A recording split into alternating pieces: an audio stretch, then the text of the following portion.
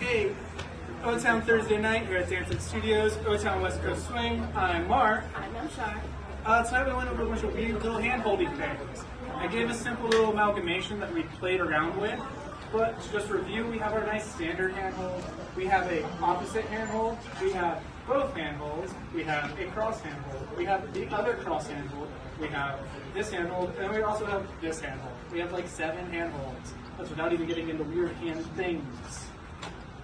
So we started off just doing a left side pass, and then I gave you the easy Brian Adams / Jordan Frisbee way of changing hands at the end of a left side pass. 1, 2, 3, and 4. And as I am crossing the slot as a leader, I am then going perpendicular to the slot for 5 and changing hands and crossing to get that stretch on the 6. From here, we just did another left side pass initially, and then we did a tuck. 4, 5, and 6, and then we did a whip. And throughout that, you'll notice you have to make changes. So we went around with a few different ways that you can make sure that you're maintaining that change in your hand.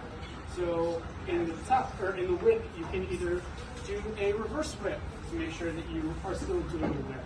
You can also do an open whip. There's so many different combinations. And we went over the placement of where we want your hand relative to the height of your partner and what that means. So if I'm keeping the hand low, that means they're generally either passing or it could be causing some sort of rotation. And it could also be causing hammer-locky things, which we didn't really go over. And we can also do it to the shoulder. So if I stop at the shoulder definitively, I can make sure that I'm not trying to ask my partner to go under it. Then we also have the normal all the way up around the head. I like to think of a nice white bowl around the follower's head, a halo, and I'm trying to not knock over that bowl.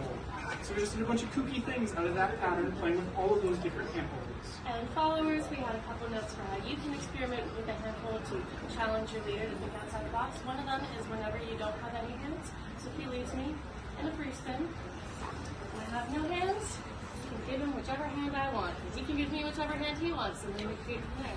The other thing is during any of our tuck patterns, so the sugar tuck, I can choose there, and then our passing tuck, I can choose to move my hand position here. All of this is to help inspire a different pattern out of your partner, be it either leaders stuck in their patterns or followers. Honestly, just like maybe musically and getting a little bored and doing the other thing.